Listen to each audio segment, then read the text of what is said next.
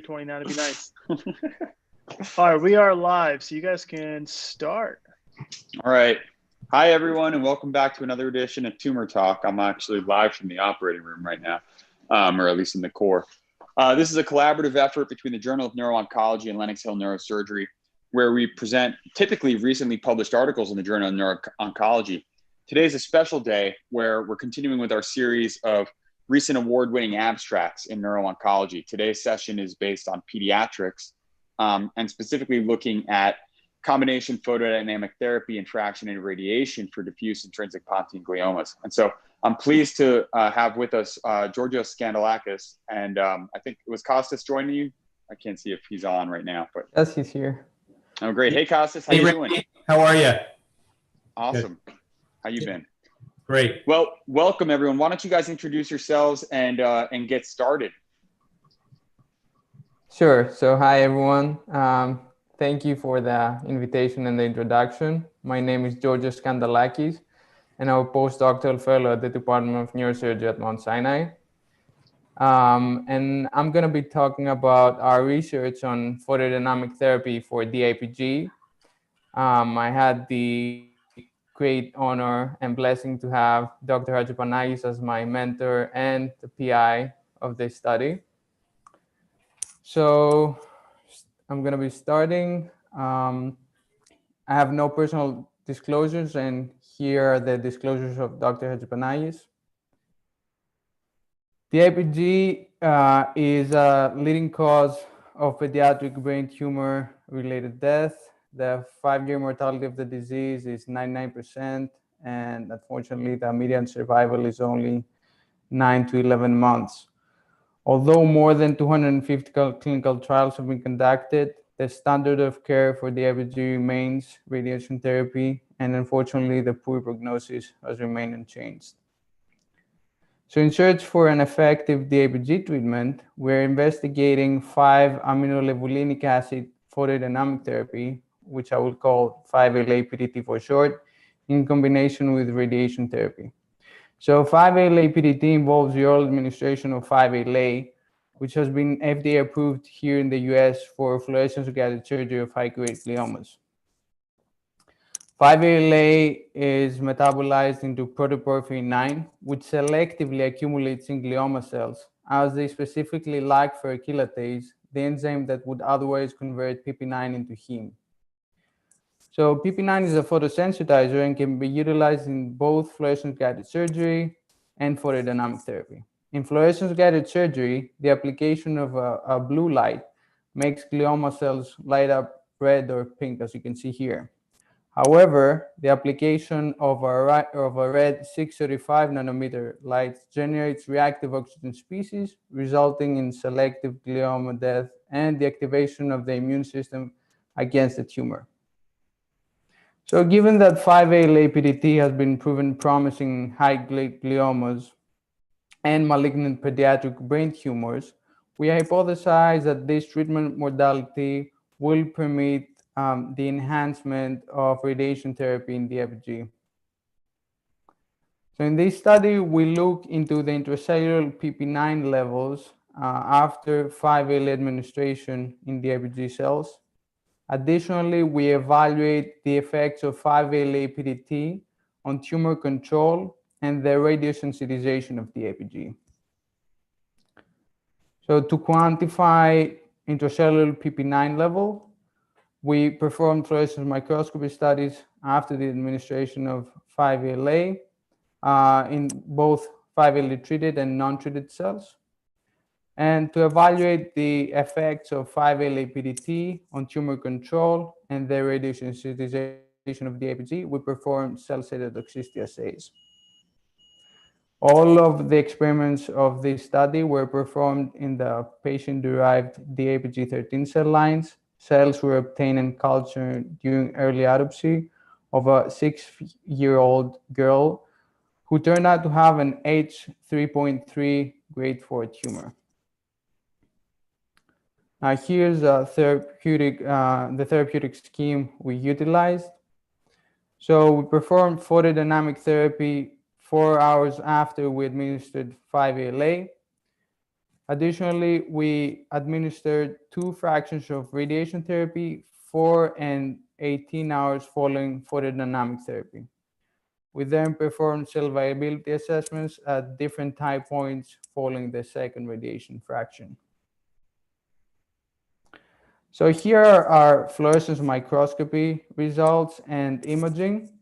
So in the top panel of this figure, you can see the dark field of 5LA treated and non-treated DIPG cells.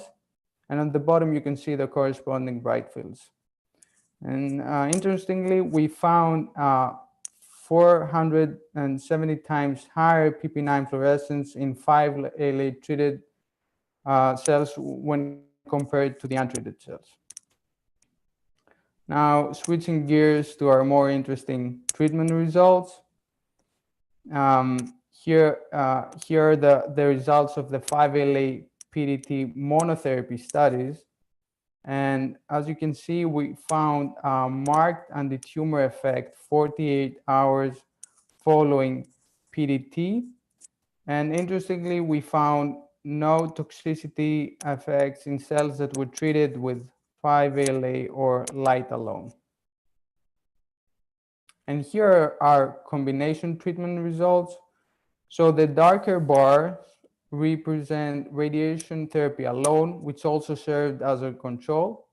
And the lighter gray bars represent photodynamic therapy in combination with radiation therapy, which proved to have a profound anti-tumor effect 24, 48, 72, and 96 hours following PDT. So in conclusion, the administration of 5-ALA had a pronounced increase in intracellular PP9 levels.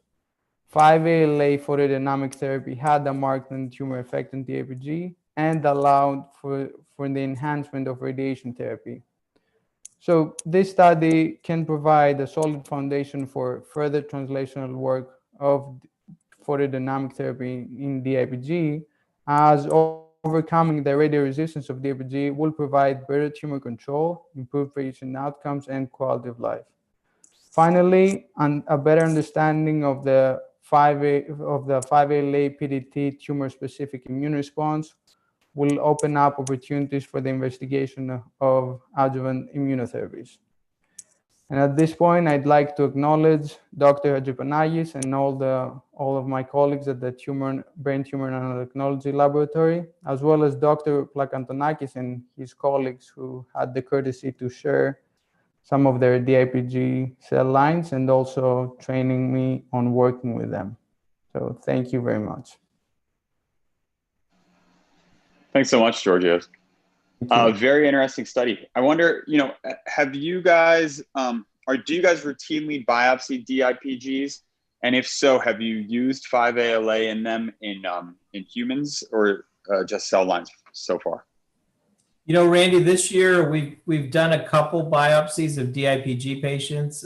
We have not given 5-ALA to those patients, but I think now that we have some in vitro data, we haven't been able to find any other published reports on 5-ALA and DIPG with fluorescence. So, our initial pilot in vitro studies are promising in that in this patient-derived DIPG cell line, we did see profound fluorescence. So that may be something we consider with our tumors.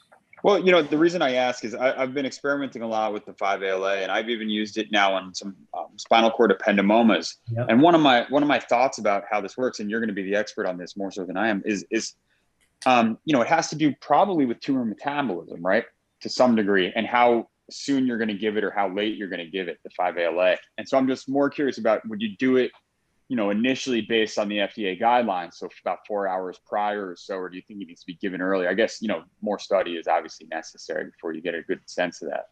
Yeah, we have a study we're kind of putting together for publication, but we looked at Walter Stumer's recent paper on this, and we agree with Walter based on our experience. We looked at our multi-center study in the US, and we definitely felt that the longer you waited, there was evidence of very robust fluorescence.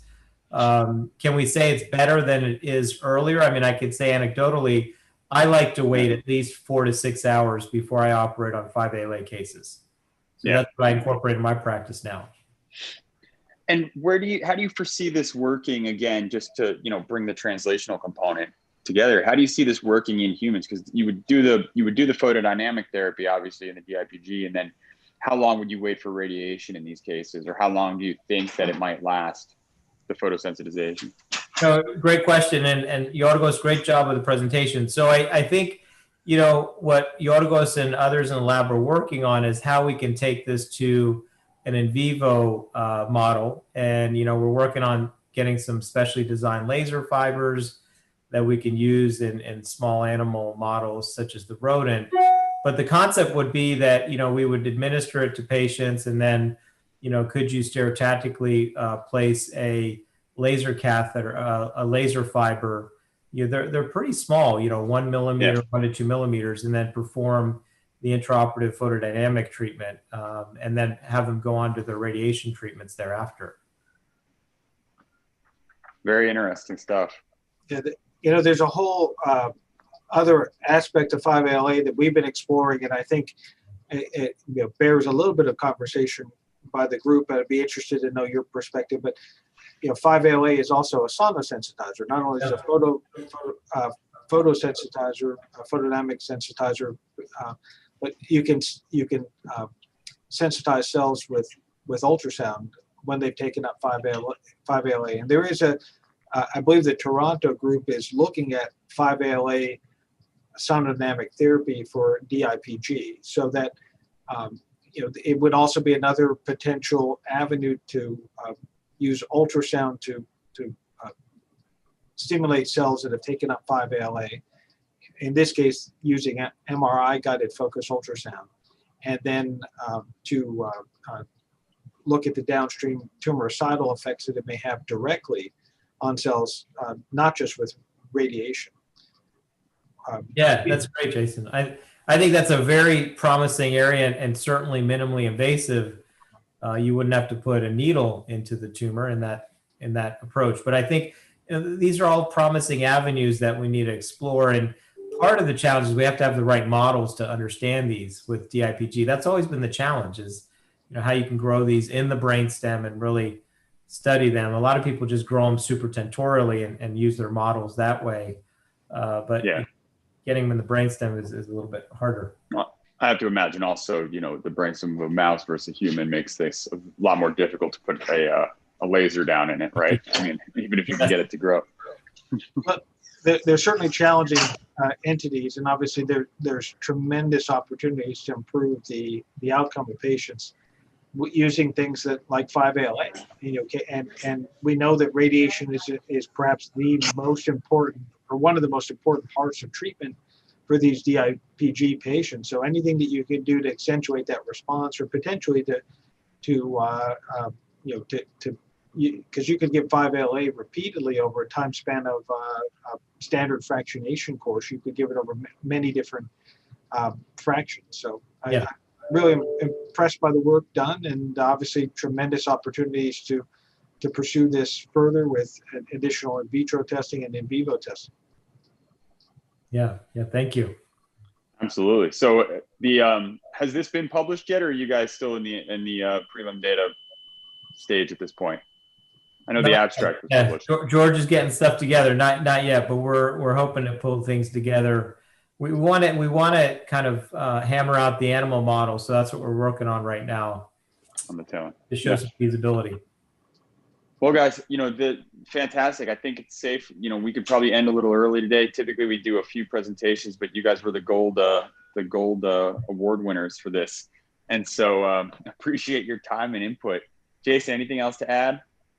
No, I just want to again congratulate you on the work, and the collective team has done so much for advancing 5-ALA and 5-ALA based neuro-oncological research. So just outstanding work, award-winning, I might add, and hope that you'll be publishing it in either Journal of Neuro-Oncology or some other forum for our audience.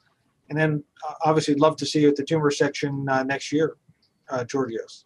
Thank you so much. Really appreciate it. I'm very grateful for the invitation and the opportunity to present our work. And thank you. No way. Thank you, Yeah, guys. absolutely. Thanks so much, everyone. Looking Thank forward you. to the next session. So All we'll right. see everyone next week. Thanks Thanks for for tuning inviting in. us. Thank you. Thank you. Thanks. Take care, guys. Bye-bye. Bye-bye.